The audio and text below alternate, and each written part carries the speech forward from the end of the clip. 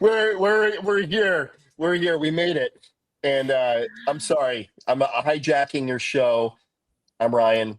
I'm one of your co-hosts. I'm replacing our buddy Joe, who's off on a great adventure. And we've just been having a lot of fun this morning with Brunella. Sorry. Anyways, go to Annette. Um, you have the intro to say you are the host, not me. I, I'm a hijacker. we're a team. We're a team. But hello, everybody. I'm Annette Winberger, and alongside me is Ryan Hunt. And this is the Veteran Lifestyle Magazine podcast, where we share real stories from the military community and beyond. From mental health to transition, we bring you conversations that empower, connect, and remind you that your story matters. Hello, everybody. Thank you, Brunella, for being here. Oh, thank you so much for having me, Annette, and nice to meet you, Ryan. Very nice to meet you. Me I too. know. Let's bring your bio up. She is a ghostwriter, editor, and award-winning author, founder of the Military Editor Agency. Brunella specializes in ghostwriting and editing military-related manuscripts. She's worked with top agencies like WME and HarperCollins, helping clients become best-selling award-winning authors. With 2 master's degrees and a certificate in editing from the University of Chicago, Brunella brings expert precision and a passion for polished storytelling. She's a proud military spouse, lives in Florida with her husband, 2 kids, and 3 dogs. So thank you. Welcome again, Brunella. Oh, thank you so much for having me. Well, looking at that bio, I was thinking about 3 It's totally, dogs. don't worry. Yeah, That's actually 5 children. it So is. you have 5 Absolutely. children right now. And Yeah. where in Florida are you? We live in Melbourne, which is on the East Coast. It's close to Patrick Space Force Base. Okay. And how do I'm in Chicago right now. So, and I have been to your neck of the woods, so I know it's nice, but I'm going to ask a simple question. How do you like Florida? Oh, I love it. I absolutely love it. I actually was the one to choose to live here because, I was born and raised in Naples, which is in southern Italy.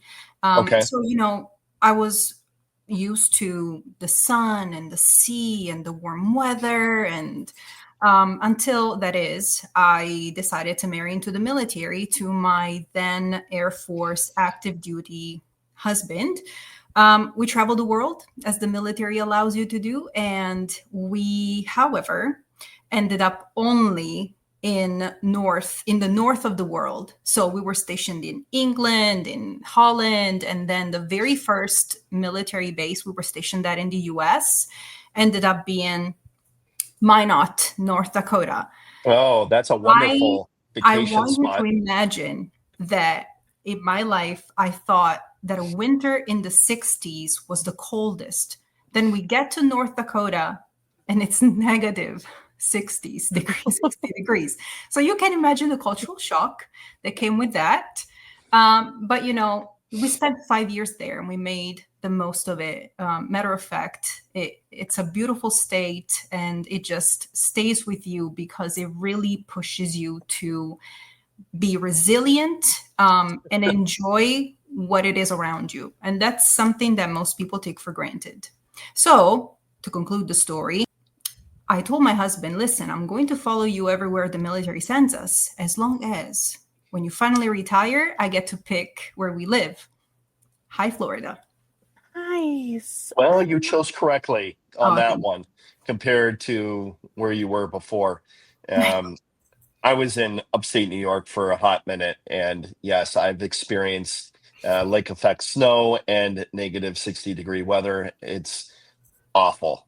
So, Yeah. and I'm in Chicago now, where today, right now, it's sunny. Yesterday, actually 2 days ago, it was perfectly sunny, beautiful day, and then right just like that, there was a thunderstorm, and it was awful. And then it went from 84 degrees to it felt like 40 degrees in a matter of seconds. So, I get it. Been there. all about location. Yeah. Minus the alligators and the sharks, you're in a pretty good spot. Yeah, right. If you don't consider the hurricanes, yes, absolutely. But you make And the hurricanes. you make the best of it. There was just and that's interesting you bring that up. It seems that there was just a hurricane that went right through your area within was that the last year or 2 years? Or am I Exactly. off on this? No, you're correct. Yes, we were very fortunate. Minor damage, but I know many people who were not close friends. And what I love to see, though, is how communities come together and help one another. So that's always very beautiful to witness. My friend. No, she's my friend now. We're friends. I do want to go back really quick. I appreciate what you said about Minot, because my last assignment before I retired, I actually retired from there, was Fort Polk, Louisiana. And nobody wants to go to Fort Polk. In fact, it was every time we had the list, that was my very last selection. It was like, I do not want to go there. I do not want to go. When I found out we were going, I cried. I cried for 2 days. I was like, why? Let me tell you, that place, God just knew that was the place I needed to retire from, because the community there was like no other. Those people helped me raise my kids for the last year of my daughter's high school. They were there when I needed a parent to chaperone, when I couldn't be there because of work, or when both of us were at work. It was just, that community was just great and what I needed. So it's just so funny what happens in your career. The place that you want to despise, that you want to hate, that you don't want to be at, ends up being the place that you needed to be at. And so I will always go back to that story, because I did not want to go. I did not.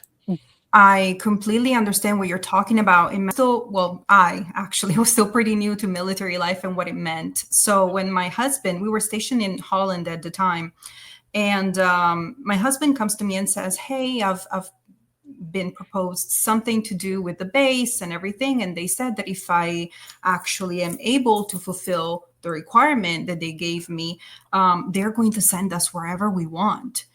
So I want you to think of all the places that you would love to go to and put them down on this list. We have 8 options. So, oh my goodness, really? Like, this is great. So what I did was I wanted to go and live in the States. I wanted to come and live here. So what I did was, okay, where is similar weather to Naples? And I thought, of course, Florida. And then I thought, if we cannot get Florida, I guess California. So I filled the list with all the 8 options, either Florida or California. And my husband says, okay, awesome. Thank you. Let's go. A couple of weeks later, he comes home and says, well, I have news. We have received our assignment. And I said, yes, finally. Okay, tell me, are we going to Florida? No. Are we going to California? Yes, I'm so excited. And he said, no, it's not California either. It's Minot. Where in Florida or California is that? No, it's in North Dakota. Me being completely ignorant. Where is North Dakota? So he shows me on a map right underneath Canada, right at the center. Oh, but that wasn't on the list. Yeah, that's how the military works sometimes. He should have said most of the time. But all the time, right? We go to Minot, North Dakota, and we arrive at the most beautiful time of year. It was July, so the weather was perfect. I had never seen a bigger blue sky, and because of the flat lands, it seemed to go on forever. Like you could not see it end, and it was beautiful. Then winter happened, and then it became so cold that it wouldn't even snow. So actually, when it did snow, it meant it was warm. But, it was the place that I needed to be at, even though I didn't know that I needed it. That's where our daughter was born. So it would always be super special for all of our family. Oh, that's awesome. I wish more people would talk about experiences like that, because all we hear is, man, don't go there, it sucks and you're going to hate it, but we don't talk about the little things that we take for granted. And then now look, your daughter was born there, so it's going to be a very special place, and we still have friends in Louisiana, and it's just, yeah, it's going to be very special. And I was just thinking, like, sometimes you go to these places, and here it's really defined. It's a flat land, frigid, -60 weather, but you went there in this harsh environment. Went there, and you did have all this growth. And you had all this magic that actually occurred there, and that's in life. That's the essence of life. Yeah. You have to you have to go through these challenges, and you come out and you're like, you know what, actually, even though it was horrible, Fort Polk is horrible, South Dakota is awful, you come through that, you finish that drive through the flatlands, and you have all these beautiful memories and growth that occurred. But there's a lot of challenges with being a military spouse. I mean, I don't know firsthand. I got to look over at the significant other and watch her journey, but it's a serious thing, like from employment, to just, sometimes you're isolated and you feel lonely or lost if your significant other's deployed. Like, what do you think about what I just said? What was that like, being a military spouse, and how did that, impact who you are and like set you on this journey? I think you're almost like a mil spousepreneur. And so a military spouse, yes, especially when you're a foreign military spouse. I mean, here, I can see it ever since I moved here to live. You can feel how important the military is to the American people, and how much respect they have for the service members, which is beautiful to witness, truly beautiful to witness. But as a Southern Italian, of course, I knew of the presence of the American armed forces in Southern Italy, but until you marry into it, you don't really understand how it works and what it requires of you. I knew, however, that because my then boyfriend, of course, now husband, he explained to me, listen, it's going to be extremely demanding because mission must always come first. So wherever they tell me I have to go, we have to go. And I thought, okay, wait a second. So they could send us anywhere, but I have my own goals that I want to achieve. I want to make sure I achieve them before we get married, and therefore before I'm sent away, along with you wherever they say that they need you. And we have been dating for about a year. And when he proposed, of course I said yes, but I said, you have to wait. You have to wait until I'm done with my collegiate career. I had yet to graduate with my BA. I was very close to graduating with my bachelor's degree. But I had plans. I wanted to take one master's degree in American history at Leiden University, which just so happens to be in Holland as well, where we actually then went, they sent us over there some years later. And I said, can you wait until I'm done with university? And then we're going to get married, because I feel like I'm going to have enough weapons, to be able to find a job while we move across the world. And he waited. So one bachelor's degree, one master's degree, which after 6 months at the university actually turned into 2, because my professor of American literature said, listen, you're here anyway, listening into the classes, even though they're not part of your master's degree in American history. Why don't you take another master's degree in American literature? And I said, okay, sure. Once I'm done with my first, I'll think about it. And she said, no, here, actually, you can take both at the same time. And I told her what every sane person would. And I said, oh, absolutely not. There's no way I can take 2 master's degrees at the same time. But she believed so much in me that I could do it, that I actually, took a step back and thought, maybe I can. And I did. So I took 2 master's degrees at the same time. And once I graduated with both, I moved to England, where my then fiance had been stationed in the meantime. He had finished his tour in Naples, where he was there on a special duty assignment. Air Force doesn't usually get stationed in Naples. And he wanted to be as geographically close to me as possible. So he requested another special duty assignment to England, which he received. And I moved to England to be with him. We got married. At the same time that we were preparing the wedding, I also earned a certificate in English language teaching to adults from Cambridge University. And I started teaching English as a second language. I got a job right away. And I was so excited because I thought, I don't know what I was worried about. The military life is great. Here I am living, close to Cambridge. Who gets to do that? I got my degrees. I have an amazing job that I love.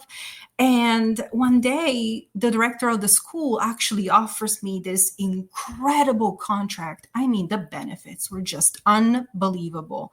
And I had just started working there, but she said that everybody, both staff and students, had been speaking so highly of me that they just wanted to invest in me to become better at what I did. And therefore, she offered me this contract. I was floating outside of that school. I called my husband and I said, "Oh my gosh, I have the best news in the world. You're never going to believe what happened." He said, "Oh, I have news too." Mm. So I said, okay, well, you go first, because I was so excited. We got orders to Amsterdam, the Netherlands, Holland. And I said, no, we can't move now. I just got my contract. We started talking and I said, call the military and explain that your wife just got this huge promotion. We can't move now. And he said, well, it doesn't work like that. So here I have all of these pieces of paper that I had decorated my walls with. And I had to decline the huge job offer that as my very first job, to me, it was absolutely everything.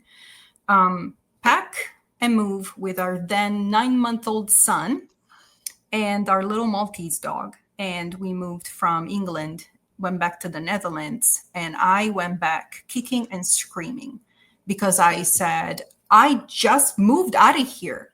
I did everything that I was supposed to do in this country. Why am I back?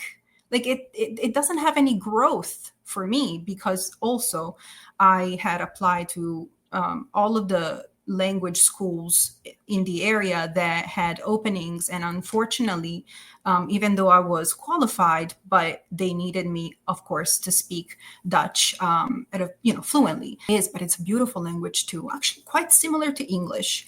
But I had learned enough Dutch to be able to, say, go grocery shopping, but definitely not at a level where I could explain a grammar rule or something else to students.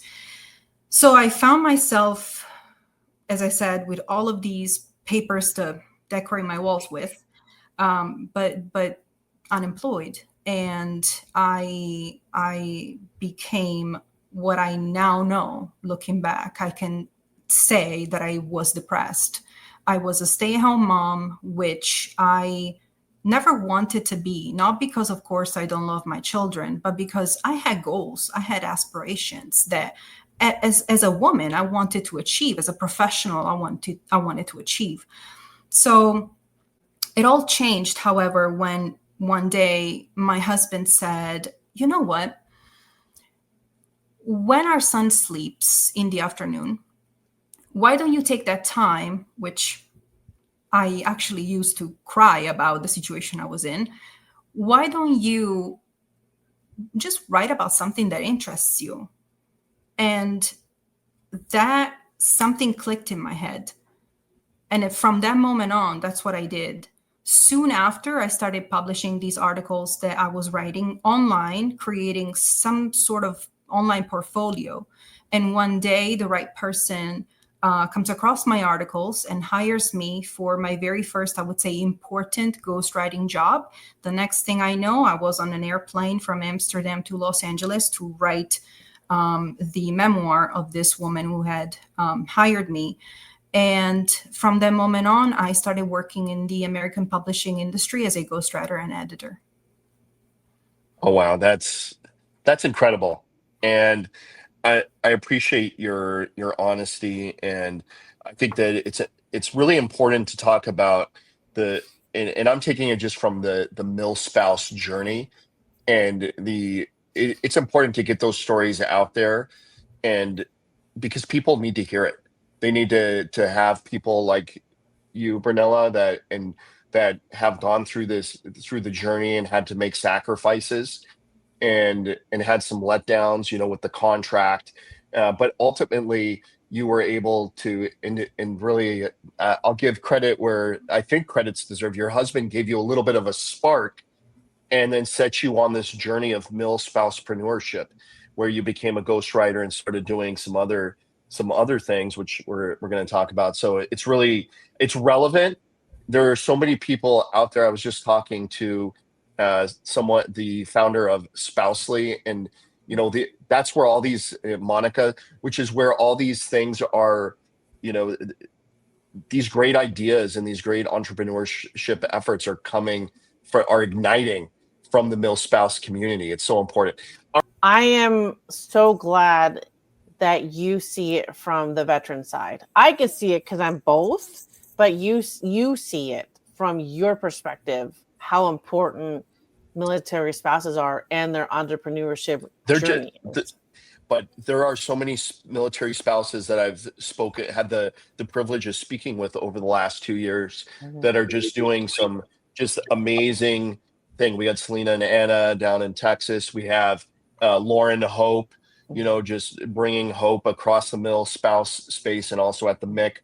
I mean, just so many great people out there doing some just amazing things, and not, I know it's hard and it's easy to sit down and just, have your afternoon of crying, ultimately, rising and climbing for something higher. So, yeah. Anyways, but I want to know, Brunella, how long after that did you start the military editor agency?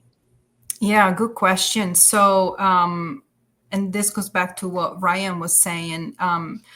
I started working in the publishing industry because of what my husband said. And I want to focus on one thing that I want our viewers and listeners to really understand. My husband has always believed in my talent as a writer and in me as a human being. Think back to what I mentioned about that one professor of American literature who absolutely knew I could do it just as well as my husband knew I could do this. I could be a ghostwriter and editor in the publishing industry. So it's not lost on me that I found strength in people who truly believed in me. And that is important because of where I'm going with this. After many years of working in the publishing industry and living and breathing the military life, there was just something missing. The publishing industry, it's all about publishing incredible stories and the most amazing ones. And here I was within my military community, which, by the way, gave me a home after I left my own. And the people I met and the stories I heard, they were so unbelievably brilliant and powerful.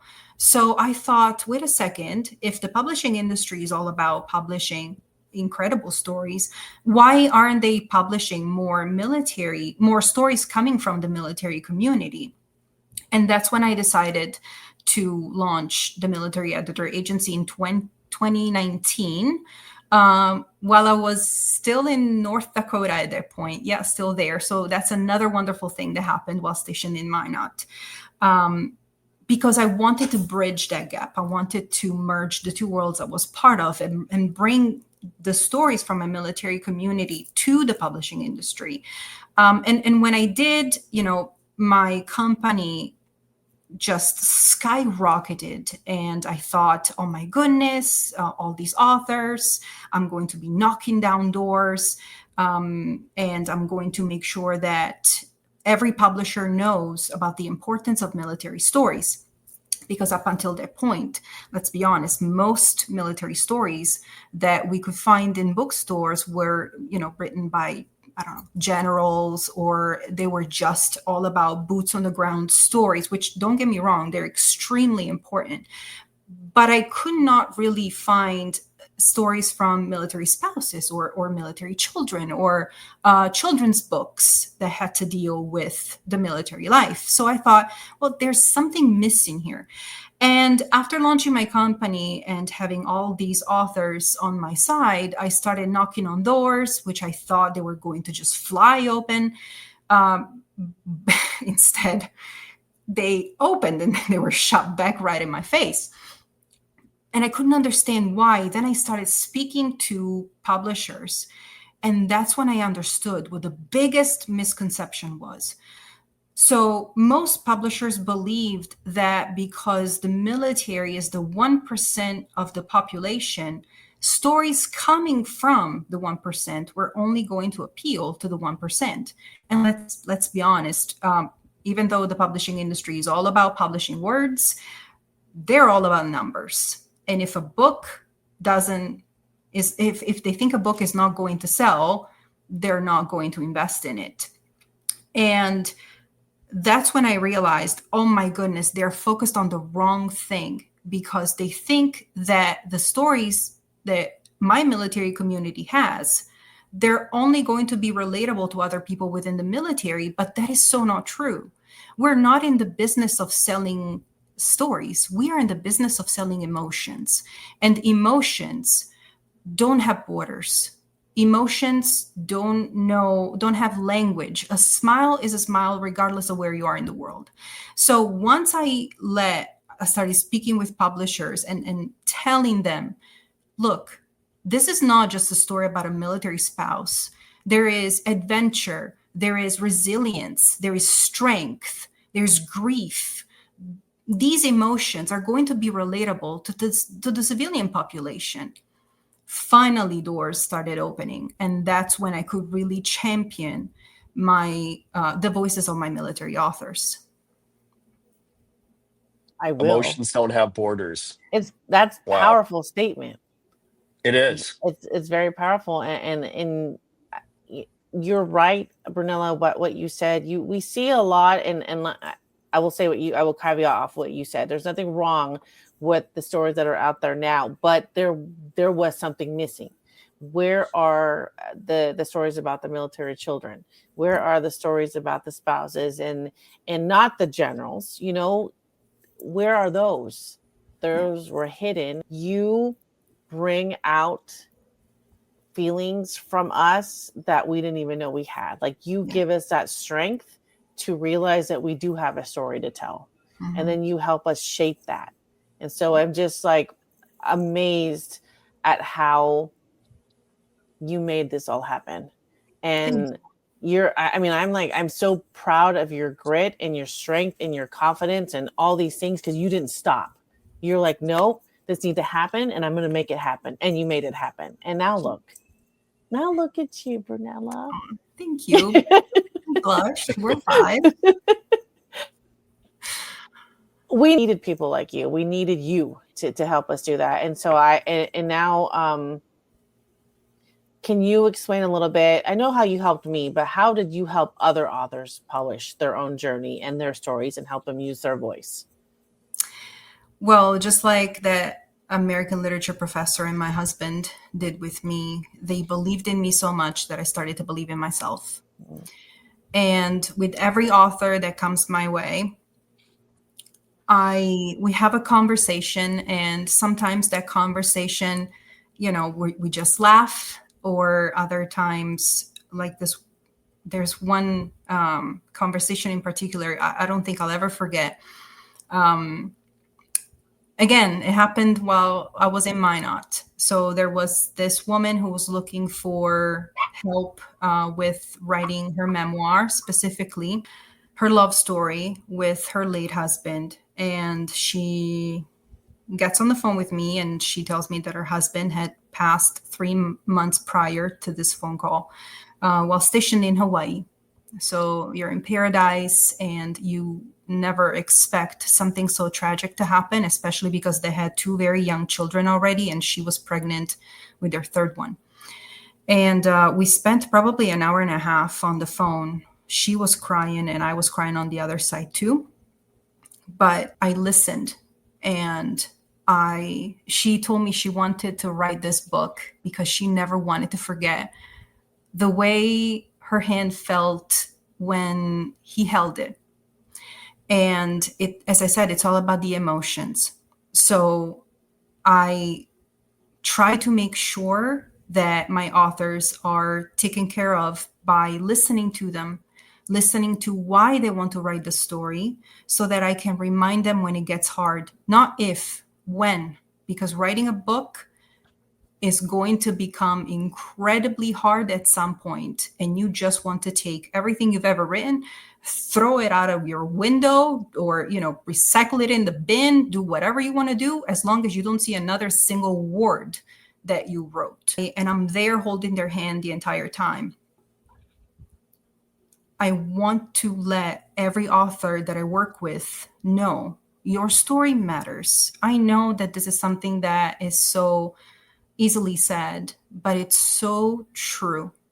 Your story matters. And I believe in my authors, which is the reason why I, especially, in my company, the Military Editor Agency, we don't focus on quantity, we focus on quality. I don't work with 10, 15, 20 authors at a time. No, that's not what I'm in the business for. I focus on quality, which means that I cater to that one author I'm working with so that we can truly focus on that one project and do it right and do it really well. I think that's part of my job. Is sometimes they say, oh my goodness, I feel like I'm with a therapist. But it's only because I listen. I sit there and I listen. Of course, I ask also quite a few questions. And I'm always very careful with understanding where my boundary is. When I'm overstepping it, I step back, because most of the authors that come to the Military Editor Agency, they have a nonfiction book, which is usually a memoir. And memoirs, they can be quite hard to write, especially when you get to that part that you've tried to forget for the past 15 years. But I'm going to have to put you right back there, because you have to feel those feelings all over again, as if you were living that moment right there and then with me, either on Zoom or on the phone. We have to both feel the emotion.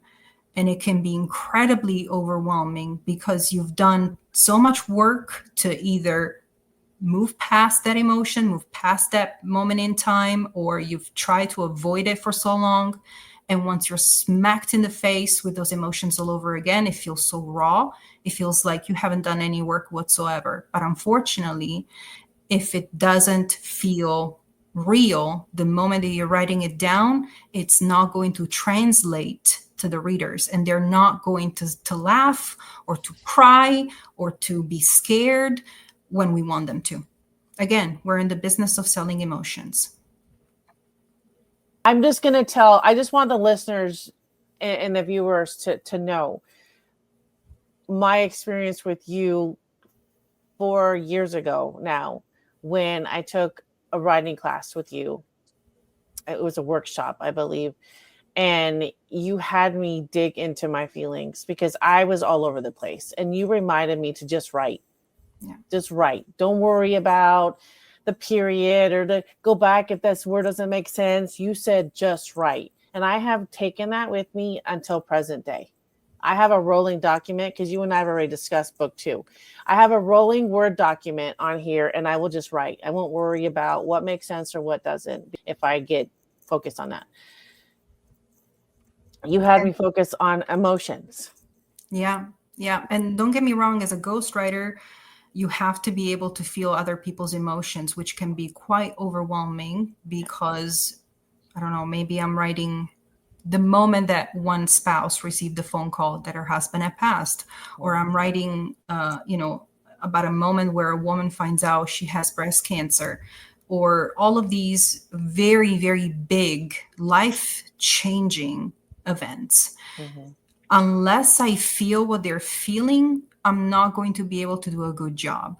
And then I fail as a ghostwriter, but most importantly, the book that I'm helping the author work on is not going to reach the success that I know it can and deserves to reach. So having to put yourself as a ghostwriter into other people's shoes and really dig deep and understand where that emotion is coming from, even if you've never experienced it, is it's complicated and it can take a toll. So what I have learned to do is I've learned to counterbalance.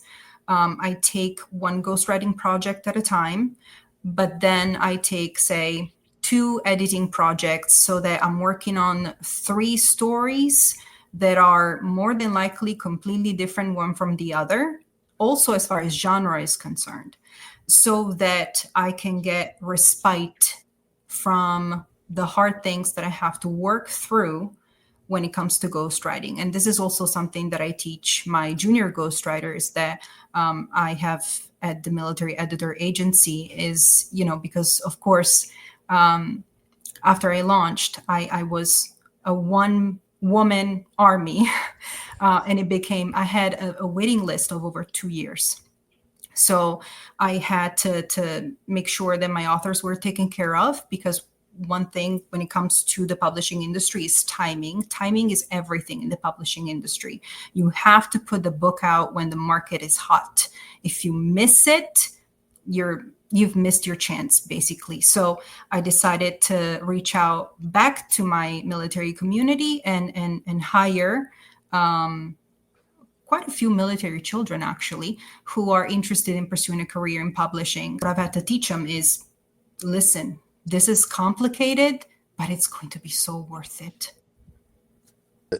I'm glad that you spoke about being present in someone's story, especially as a ghostwriter, because I can't imagine having to relive that with them and then writing it for them to. And there's a lot of transference. Yeah. I feel like as you're learning their stories and you're trying to really become, as the ghostwriter, you're taking on that persona and you're really trying to have their voice, their tone of voice. There's a transference, especially if it's a traumatic story. It feels like that, that's why I think you only take on a certain amount of writers, because it would just be too much as an empath. You're receiving all these emotions and potential traumas and stuff. It can be very challenging. It's not something I learned right away, but it's something that with time and practice, I started to understand. And you have to take a step back. You have to balance it. Otherwise, you're going to lose yourself in all of this. And suddenly, you're once you start working on a story, when you're a writer and you start working on a story, there's a certain point where the story just takes over and it almost feels as if it's writing itself, which is beautiful. But at the same time, the characters in the story, whether it's fiction or nonfiction, they won't leave you alone until their story has been written. So at the risk of sounding crazy, but having all these voices in my head, it wasn't doing me any good. So it's time to balance it, and but also to give back to my military community, not just by helping them, accomplish or achieve their publishing goals and dreams, but also to give back by hiring military spouses, military children, so that they can create, some sort of portable career, because this type of job, this type of career follows you around while you follow your service member around for wherever the mission sends you. And that is also the reason why I've decided to start the very first ghostwriting course. It will begin in August.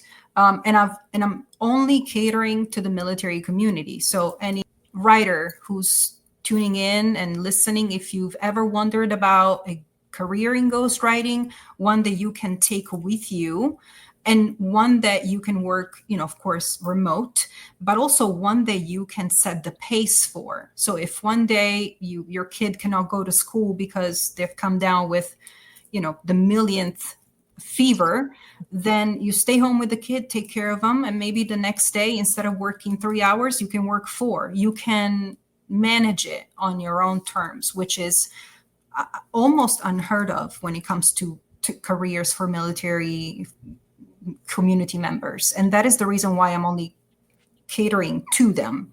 Civilians have many other options, but people within the military community, we need to support one another.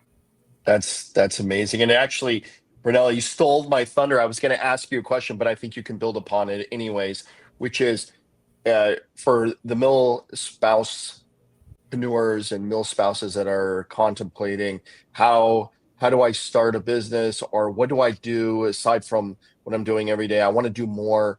What piece of advice? I would ask this as of a veteran. I'd say, what piece of advice would you give for transitioning? But in this case, what piece of advice do you give to a mil spouse that's sitting at home and they're like, what am I going to do? How do I do it? What advice do you have for that community? Well, if they have a story that they really feel they want to share, then by all means start writing it. As Annette was saying, it's not about where to place the comma. This is not the job of the writer. This is the job of the editor. So after you've written your first draft, then you hire an editor and they're going to go through all of that. But it's not your concern. Your concern is just to get the first draft written so that you can work with either a developmental editor who's going to help you reshape it, within the narrative structure that is going to make the most sense as far as marketability and readability, or you are going to hire a line editor if the manuscript has been developed properly. If, however, you are a writer, or you've always had a passion for writing and you want to turn it into a career, then they can reach out to me. Absolutely. This is how I actually found most of the junior ghostwriters and junior editors that I have on my team now, is because they've simply sent an email asking me, hey, I've always been into this. What do you think I should do next? We got on a phone call. And the next thing I know is they've signed the 3rd contract to work on a project with a military editor agency. So you never know where just one email can lead you to. And if they don't wish to reach out to us, I would definitely recommend becoming either reaching out to the many military magazines and newspapers that we have to report stories if they wish to become journalists instead.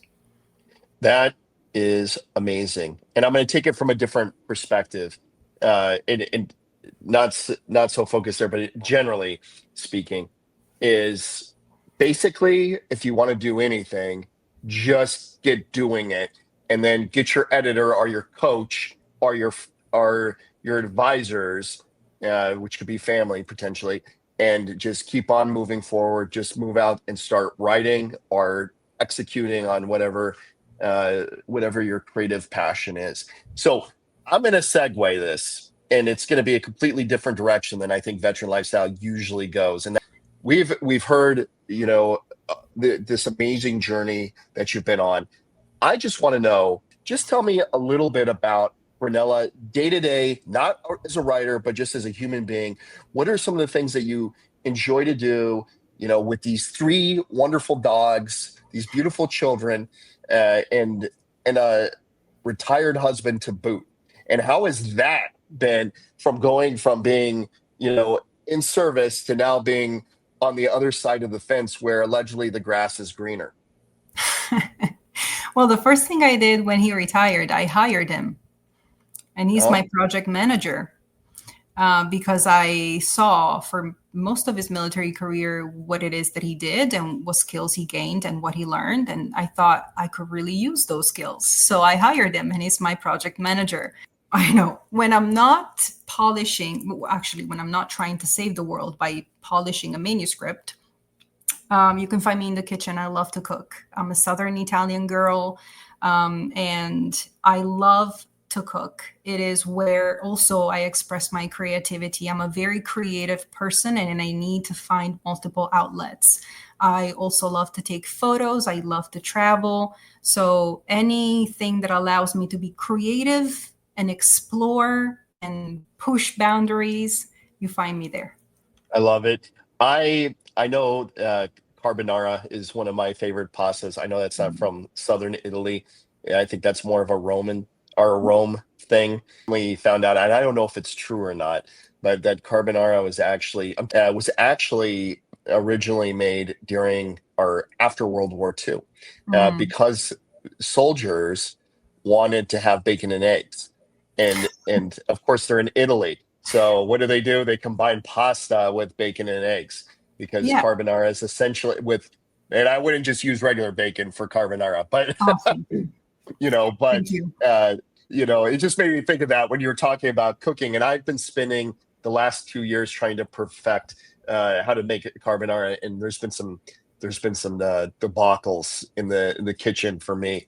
I'm not a professional chef, but I thought I would mention that to relate to cooking. I'm not a culinary master, but I have been trying to perfect carbonara.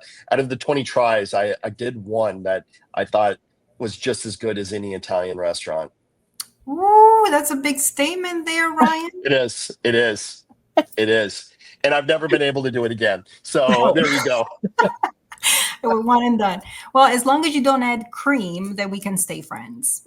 Okay. No Oh, cream. No cream. No cream. There's no cream in the original recipe. No lemon juice, no cream. Yeah, that's one of the biggest I misconceptions. love lemon though, but I've never added it actually. Oh, But I good. love. Now we can stay friends. See? Okay, That's there we go. really good. Perfect. You But can't absolutely, you're correct. Many recipes, especially when it comes to the most popular recipes, Italian meals here in the States, they have a beautiful story as their background, and again, that ties into storytelling. So as you can see, my brain naturally goes Yeah. back there. Exactly. That's perfect. Yeah. So 3 dogs. Let's talk. Like we've never done this before. Like this is revolutionary in that we're talking about pets. Okay. Who are these dogs and what kind of dogs do you have? I have a Maltese, and her name is Yuki.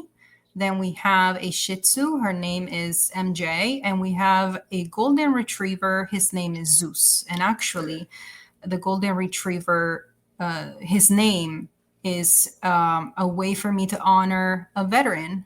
His name is Ryan. And he helped me tremendously when I lost my dog, the one that moved with us from England to Holland.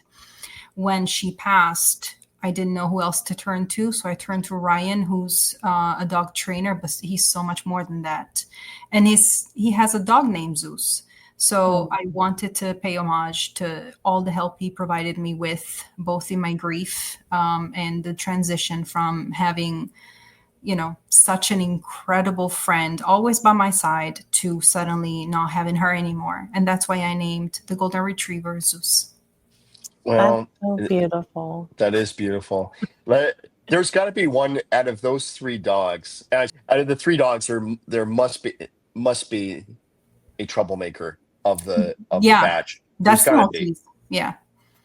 That's the Maltese. I have 2 dogs. One, his name's Oreo. He is not black and white. He was when he was a puppy. Now he's gray. Okay, gray and white. And this thing. I call him a thing. It's just the biggest troublemaker. He's untrainable, and I on a daily basis, I'm gonna get rid of him. But she's actually she knows what I was gonna say. But he has a place he has a safe place here, somewhat safe. It's in his kennel, but but he's okay. Okay. Is there anything in the works that you are allowed to talk about? Oh, that's a good question. You see, we sign non-disclosure agreements, so there's only so much that I can say. Absolutely. But lately, as a ghostwriter, I've been focusing way more on fiction, which is unheard of for me. And I have been working on thrillers as a genre. And that has been I've been enjoying it probably too much, honestly.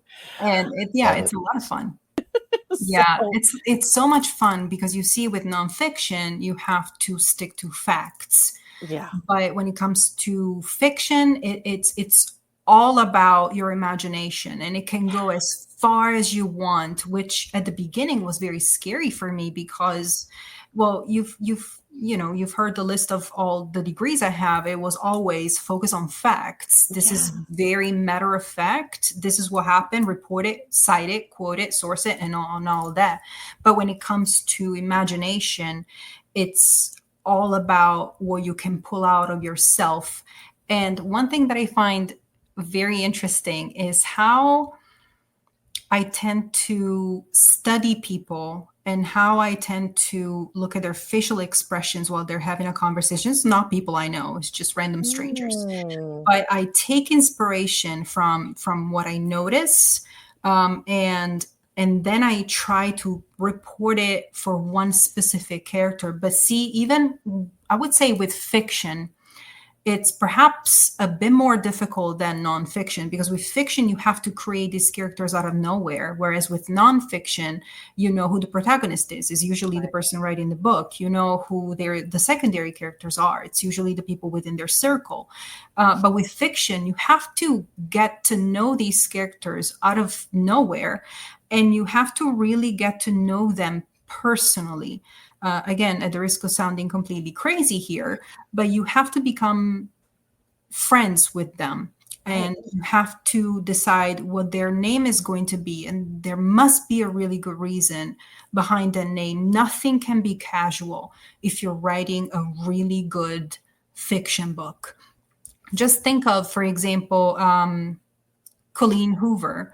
She put so much attention behind how she names her characters. It's not just, oh, this is the first thing that came to my mind. No, there's a whole lot of why behind that name. So it's very meticulous work, but at the same time, it allows you to be free.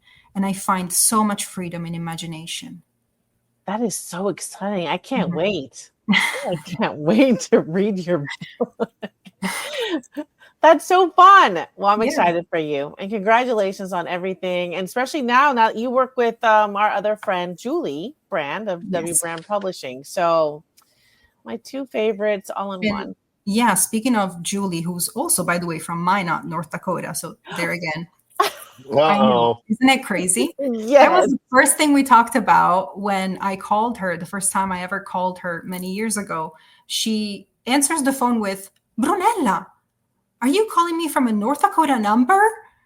And I said, yes. And she says, from Minot, because of the area code. And I said, wait, how do you know? It's like nobody ever knows anything about Minot, North Dakota. Well, she was born and raised there, so that's incredible. But Julie Brand is the owner and founder of W Brand Publishing, and she published my books. Aside from being a ghostwriter and editor for the Military Editor Agency, I'm also a children's book author. So she published my books, and I want to spend some time to thank her and really make our listeners and viewers understand the hard work that this woman did, because she opened an entire division dedicated to military books. This is not something that many publishers are doing. So I have my complete trust in the fact that she knows what she is going to do with these military books as far as marketability is concerned. But I think the biggest, the most important thing to mention is that she has the biggest heart for military books because of where her story comes from. She named her publishing company after her late father, who served in the Pacific Theater, if I'm not mistaken, during World War II. And his story, unfortunately, many details of his story went lost because he never told his story. And her mission behind W Brand Publishing was she never wanted that to happen to any other story ever again. And that is the reason why she founded W Brand Publishing and why she believes so much in stories, but especially in military stories. Yeah, Julie is an amazing person. And Mhm. I feel like she's one of our biggest cheerleaders here for Yep. Veteran Lifestyle Magazine. Mhm. So it's good to hear it and to have other people talking about the great work that she's doing out there. Yeah. And I didn't know about the story from World War II, so that that is important. I feel the same way. My grandfather on my mother's side was at Pearl Harbor. I finally read his journal. He was long deceased, but going all the way from Pearl Harbor to Tokyo Bay. So it's just like it's amazing. We want to be able to have those stories to capture them and let them go forward through Mhm. time. And it's hard because some of the younger generation just doesn't appreciate it until Mhm. you're at a certain phase in your life. Then you're like, wait a minute, these things are really actually important. The Mhm. tri It's not just about tribal knowledge. It's like we got to pass this. Well, that is tribal knowledge, passing Mhm. stuff forward, telling these stories and pushing them forward. Mhm. It's critical. Actually, I think it's Especially, yeah. critical. No, I completely agree, especially stories, from World War II. Unfortunately, many of the people who lived those stories are no longer with us. But also, lately, I've been very happy to see so many authors who served during the Vietnam War era, come to us with a story to share because, and this is, look how many years later, they finally found it within themselves to sit down and tell what they lived through, because unfortunately when they came back from the war, well, they were not received the same way as people from World War II were received. So there was this national need for people who served in Vietnam to keep their stories to themselves and just share it with those who had lived through the same thing. Whereas now we're seeing more authors come to us with, I served during the Vietnam War, and their stories are finally being told, even though I must say, many of them I've noticed still feel somewhat scared. So what they do is, instead of writing a nonfiction, they prefer, and it's completely understandable, to blanket themselves in the comfort of fiction, and in the, they feel safer there so that they can change a few details here and there, perhaps names or specific events that they don't feel comfortable enough in sharing in a nonfiction form. But that's my message to those who have a story to share. You have a responsibility, not only to yourself, but to the nation and potentially the world, to share your story, because your story matters. It's not just about legacy. It's about allowing other people to understand what you've been through, allowing other people to understand global events, and allowing other people to learn from you, from what you've experienced. So remember that any topic that could possibly ever be addressed in book form has been done. There's no such topic that is yet to be explored in book form.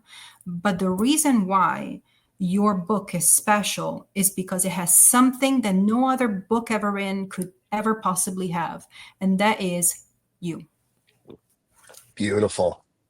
Wow. Gosh, this was such a powerful episode. It was. Brunella, It, thank you so much. yeah, thank you for Oh, sharing your I'm honored, story. Ryan. And now we're friends, you see? We are You're so 100%. you're so lucky, Ryan.